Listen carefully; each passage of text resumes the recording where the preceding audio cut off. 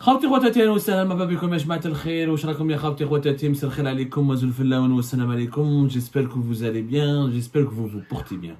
Nous ne sommes pas des radicaux. On l'a toujours dit. حنا في Algérie on n'est pas dans l'opposition radicale. On n'est pas dans la critique virulente, insultante, injurieuse. On n'est même pas dans l'opposition réellement. Non, on est dans le journalisme indépendant. Le journalisme nous dicte l'objectivité, nous dicte une éthique, une déontologie. Quand les dirigeants algériens ont raison, on le dit. Quand ils ont tort, on le dit. Malheureusement, les dirigeants algériens ont rarement raison. C'est pour ça qu'on passe notre temps à dire qu'ils ont tort, qu'ils ont merdé, qu'ils ont fait des bêtises, qu'ils se sont trompés, que le pays il est mal géré et que l'Algérie demeure encore sous-développée. Mais il se trouve qu'Abdelmadjid Tebboune récemment, le premier des dirigeants algériens, le président de la République, a dit quelque chose qui est vrai. Sauf qu'il ne l'a pas expliqué réellement. Et donc, quand cette chose, elle est vraie, elle est réellement vraie, nous allons l'avouer. C'est pour vous dire, voilà, on n'est pas dans l'opposition systématique, on n'a pas de problème personnel, on n'a pas de problème d'ego. Quand Abdelmadjid Tebboune dit quelque chose qui est vrai, on le dit. Sauf que ce qui a été affirmé par Tebboune n'a pas été contextualisé et les dessous de cette vérité affirmée par Tebboune n'ont pas été révélés aux Algériennes et aux Algériens. Quelle est cette vérité qui a été dite récemment par Abdelmadjid Tebboune? C'est très rare une Tebboune dit des vérités et je pense que ça mérite de le souligner. Le 1er mai dernier, Abdelmadjid Tebboune a présidé une cérémonie à la Maison du Peuple, le siège de l'Union Générale des Travailleurs Algériens, pour célébrer la fête internationale des droits des travailleurs et des travailleuses, la fête internationale du travail du 1er mai. Il a fait un discours de 40-50 minutes dans lequel il a abordé tous les aspects de la vie économique et sociale de l'Algérie avec quelques aspects politiques. Le discours, nous l'avons déjà décortiqué par rapport à ce qu'il a dit par rapport à ce qu'il a dit concernant la dette extérieure et quand il a comparé les Chouhada, les martyrs de la révolution pour la guerre de l'indépendance à la dette, un argument totalement absurde et irrécevable, on l'a expliqué. Quand il a dit beaucoup de mensonges sur la décennie des régimes qu'il a précédé le régime Bouteflika, ça on l'a aussi dit. Il a par contre dit que l'Algérie est devenue la 3e économie africaine, que l'Algérie est devenue le 3e pays le plus riche d'Afrique et que selon lui, c'est grâce à lui, grâce à sa politique, grâce à ses mesures, grâce à sa gouvernance, que l'Algérie s'est hissée au top 3 des économies les plus riches du continent africain et que selon lui, d'ici 2027 ou 2029, l'Algérie pourrait même devenir la première économie du continent africain. Alors, une première vérité, la première partie de cette affirmation de Tebboune, elle est vraie. La deuxième partie de cette affirmation de Tebboune, elle est complètement fausse. Qu'est-ce qui s'est passé? Il se trouve que le FMI, il a publié au mois d'avril une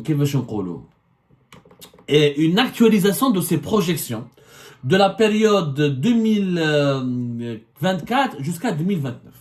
Le FMI a des documents, on appelle ça le rapport du FMI sur les perspectives de la croissance mondiale. Chaque trimestre, chaque semestre, quelquefois même, il n'y a pas un rythme très régulier, mais généralement c'est chaque trimestre et chaque semestre, à la selon l'actualité économique et financière internationale, le Fonds monétaire international, la deuxième plus importante institution financière et économique mondiale avec la Banque mondiale, publie ce qu'on appelle le rapport sur les perspectives de croissance mondiale. Et dans ce rapport-là, il fait toujours des projections dans les 5 années pour les 5 années à venir. Les 5 années à venir, c'est 2024-2029. Le FMI, il a publié ce nouveau rapport récemment, c'était vers le 19-20 avril, où il a actualisé ses projections sur la croissance économique mondiale. Et dans ces projections, le FMI il dit, voilà les pays qui vont s'enrichir, voilà les pays qui vont s'appauvrir, voilà le classement des pays riches, qu'est-ce qui va changer, les pays qui vont dépasser certains d'autres pays, les pays qui vont reculer par rapport à d'autres pays. Et c'est un rapport extrêmement intéressant. Effectivement, dans ce rapport, le FMI concernant le continent africain, il te dit qu'il y a un changement, que le Nigeria, qui était jusqu'à 2022 le pays le plus riche du continent africain, avec un PIB de 477 milliards de dollars, n'est plus le pays le plus riche, il a dégringolé à la 4e place, et l'Algérie est devenue le numéro 3, l'Afrique du Sud numéro 1, l'Égypte numéro 2, et le Nigeria numéro 4. Donc, les 3 pays les plus riches du continent africain, pour cette année 2024, sont l'Afrique du Sud, l'Égypte et l'Algérie. La richesse, ça veut dire quoi? C'est le PIB, c'est le produit intérieur brut, c'est-à-dire l'ensemble des marchandises et des services qui sont produits par un pays, par les acteurs économiques d'un pays sur son propre territoire. Le PIB, c'est des méthodes de calcul extrêmement complexes. Il y a 3 méthodes de calcul principales. La méthode la plus utilisée par les économistes et les experts du monde entier, notamment du FMI et de la Banque mondiale, c'est quand on calcule la valeur de la production des biens et des services par les entreprises et les agents économiques d'un pays sur son territoire. À cela, il faut rajouter le montant de la TVA qui est collecté par le pays sur son territoire, plus les droits de douane. Ensuite, on enlève de cette somme globale les subventions qui sont accordées par les États pour l'importation. Il y a certains produits que nous accueillons, comme le blé, quand par les produits de première nécessité, on les importe on les produit avec des subventions. On enlève les montants des subventions et on a ce qu'on appelle le PIB nominal. C'est-à-dire la valeur réelle de la richesse que produit un pays sur le plan économique durant une année sur son territoire. Le PIB, effectivement, ça a changé. Le Nigeria a une crise politique importante depuis 2023. Il a dégringolé, l'Algérie est montée. Mais attention, ça n'a strictement rien à voir avec la politique industrielle du régime Tebboune, avec les mesures économiques du régime Tebboune, ou là avec le mode de gouvernance utilisé avec le régime Tebboune. Ça n'a strictement rien à voir. Le Nigeria, l'Algérie est montée à la 3e place parce que le Nigeria a chuté. Ou alors le Nigeria, il a chuté pour une raison simple. Le Nigeria, il faut oublier le PIB, le monde entier, les PIB, les richesses nationales annuelles produites par les États du monde entier sont calculées ou évaluées en dollars. Sauf que quand les pays dévaluent, lorsqu'ils baissent la valeur de leur monnaie par rapport au taux de change par rapport au dollar, ça a une influence directe sur leur PIB. Le Nigeria, il a baissé sa monnaie, le Naira, a baissé de plus de 68% entre juin 2023 et début avril 2024. Ce qui fait que le PIB du Nigeria, il est passé de 477 milliards de dollars à l'équivalent de 375 milliards de dollars en 2023, et en 2024, il sera à 253 milliards de dollars. 2022, 477 milliards de dollars. Le Nigeria a commencé à dévaluer sa monnaie depuis 2022 pour faire face à une crise économique importante, parce qu'il a beaucoup souffert des conséquences de la pandémie de la Covid-19 à 2020 et 2021. Le Nigeria, c'est le premier pays producteur du pétrole, mais il a une population de plus de 200 millions d'habitants. Il mène une guerre depuis de nombreuses années contre les mouvances islamistes de Boko Haram et de l'État islamique dans certaines régions du Nigeria. C'est un pays extrêmement compliqué et c'est pas 47 millions d'habitants comme l'Algérie. Donc le pétrole et le gaz que le Nigeria produit ne lui suffit pas pour répondre à tous ses besoins. Il y a la corruption, il y a l'anarchie, il y a l'insécurité. Du coup, il a été confronté à une crise sociale importante. Pour gérer cette crise sociale, il a enlevé les subventions et ils ont commencé à dévaluer la monnaie pour augmenter les recettes de leur État et pouvoir relancer leur économie à la suite des dégâts très importants. Parce que ils n'ont pas gagné beaucoup d'argent en 2020 et en 2021. Même avec l'argent qu'ils ont pu gagner en 2022 et en 2023, ça ne leur a pas suivi parce que c'est un pays de plus de 200 millions d'habitants. Du coup, le PIB du Nigeria a chuté de la moitié. Il est passé de 477 milliards de dollars à 253 milliards de dollars, 477 milliards de dollars en 2022, 253 milliards de dollars en 2024. Ce qui fait que l'Afrique du Sud, son PIB 373 milliards de dollars, est devenu le pays le plus riche du continent africain. Après l'Égypte, 348 milliards de dollars. Et l'Algérie, le FMI, maintenant. Pourquoi l'Algérie est montée à la 3e place? Parce que, l'Algérie, elle a changé sa méthode de calcul du PIB.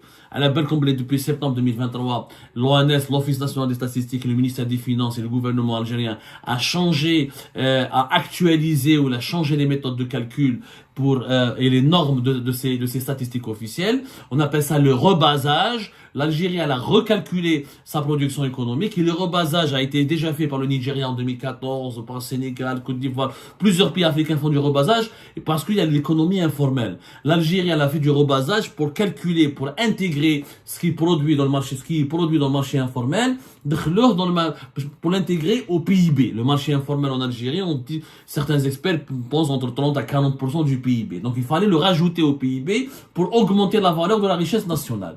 Du coup, en Algérie, alors qu'on avait un PIB de 95 milliards de dollars en 2022. On est passé à 230 et quelques milliards de dollars. Et pour cette année 2024, avec les nouvelles méthodes de calcul du PIB algérien, on se retrouve avec 246 ou 240 et quelques milliards de dollars. Sauf que c'est des méthodes de calcul. Ça ne veut pas dire que l'Algérie a amélioré son industrie, a amélioré son taux de croissance, a une économie plus diversifiée. Ça ne veut rien dire.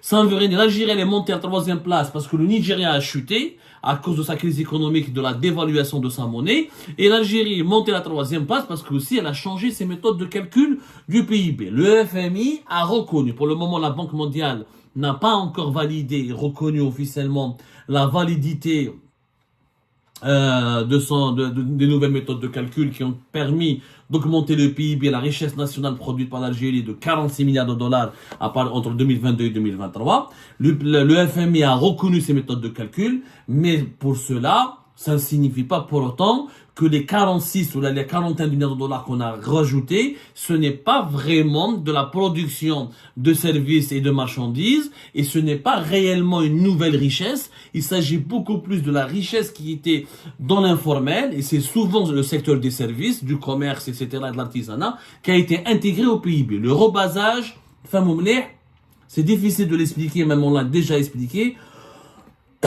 C'est très c'est très technique, mais c'est des nouvelles méthodes de calcul à les années de référence. On change l'année de référence et on essaie de calculer cette année, on essaie d'appliquer à cette année de référence des statistiques qui proviennent de d'autres secteurs économiques qui n'étaient pas pris en compte auparavant par les calculs officiels, et on a un nouveau PIB. Mais beaucoup de pays africains l'ont fait. Ça ne veut pas dire qu'il y a une industrie locale, qu'il y a une diversification, parce que si, encore une fois, que le pays réellement, les 240 et quelques milliards de dollars, c'est réellement des produits industriels, de la valeur ajoutée, ou là c'est des marchandises et des services de qualité. Il n'a qu'à voir les exportations du pays.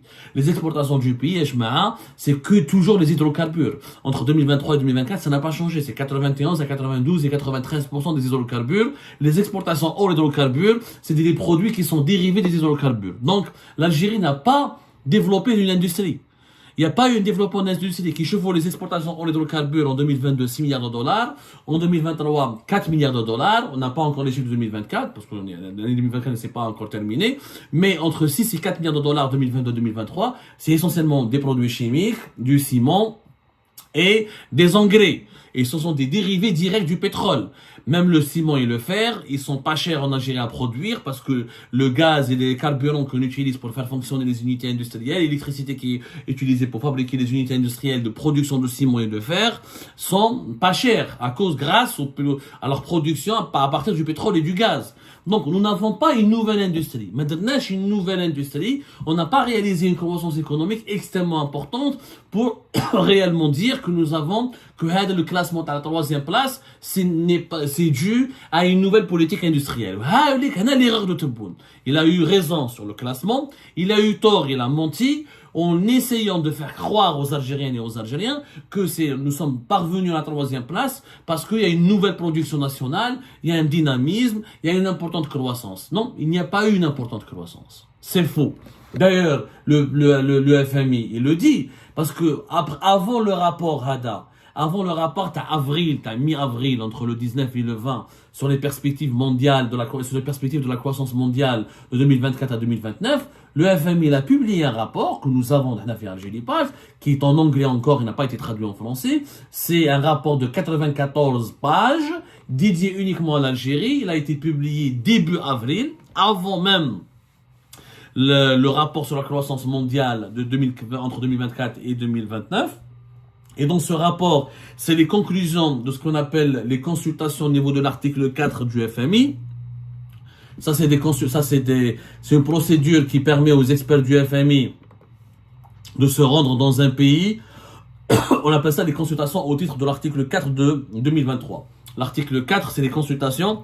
Il permet le FMI, il envoie dans tous les pays du monde qui sont membres du FMI une mission d'experts. Ces experts discutent avec le gouvernement local, ils plongent sur les comptes économiques et financiers de ce pays, ils reviennent au siège du FMI aux États-Unis d'Amérique avec des conclusions, avec des études, avec un diagnostic, des recommandations et des critiques. Ensuite, ils font un rapport et chaque pays le fait.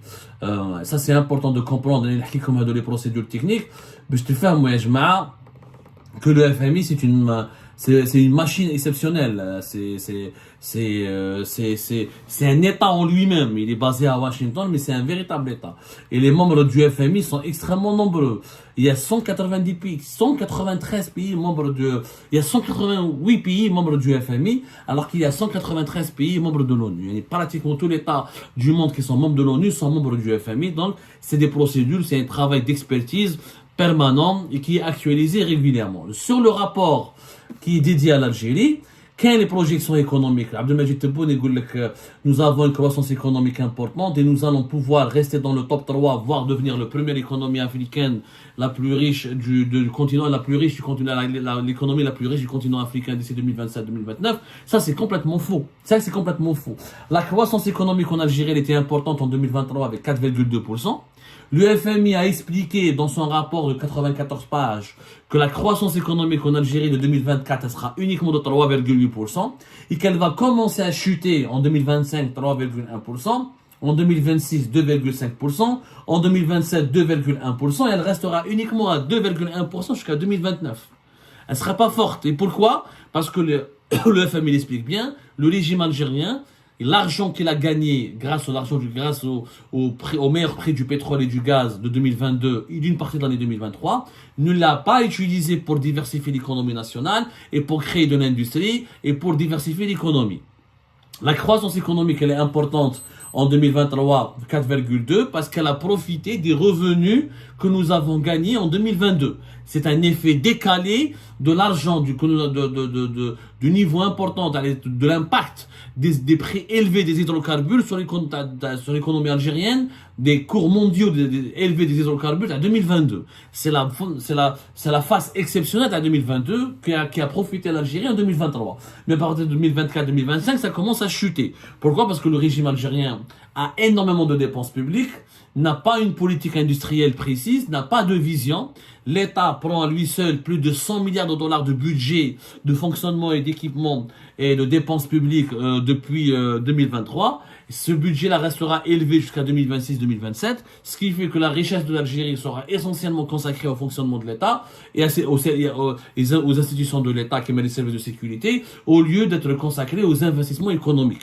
Comme il n'y a pas de politique industrielle pour le moment claire, nette et précise, il n'y a pas des objectifs clairs quand nous allons développer tel type d'industrie pour exporter tel type de produit, quand nous allons faire telle zone industrielle, telle zone économique, il n'y a pas de politique économique claire. Pour le moment, le régime Tebboune, il serre le vis, il limite les importations pour gonfler et remplir les réserves de change. Il augmente il améliore, il augmente phénoménalement le train de vie de l'État. Il augmente les budgets de fonctionnement de l'État. Mais sur le plan économique, il n'y a rien, tout est sous contrôle. On parle de production nationale, mais elle est encore faible. Il y a toujours les monopoles de l'État, monopole d'Air Algérie, monopole d'Algérie Télécom, monopole d'énormément de sociétés étatiques dans leur domaine, monopole, quasi-monopole de Sonatrach dans certains secteurs du pétrole et du gaz, etc., etc. Donc, mais on a encore une politique claire et nette et précise qui permet à l'Algérie réellement d'avoir une croissance très forte. Et ce que ne dit pas Tebboune, c'est que dans les projections du FMI, le FMI a reconnu que l'Algérie allait à la 3e place pour le moment, mais à partir de 2025-2026, elle va perdre sa place au profit de l'Éthiopie. L'Éthiopie, c'est une puissance importante économique qui est en train de monter gravement. L'Éthiopie, elle va doubler son PIB entre 2022 et 2029. Il va passer de 119 dollars en 2024-2023 à 369 dollars, à 369 milliards de dollars d'ici 2027-2029.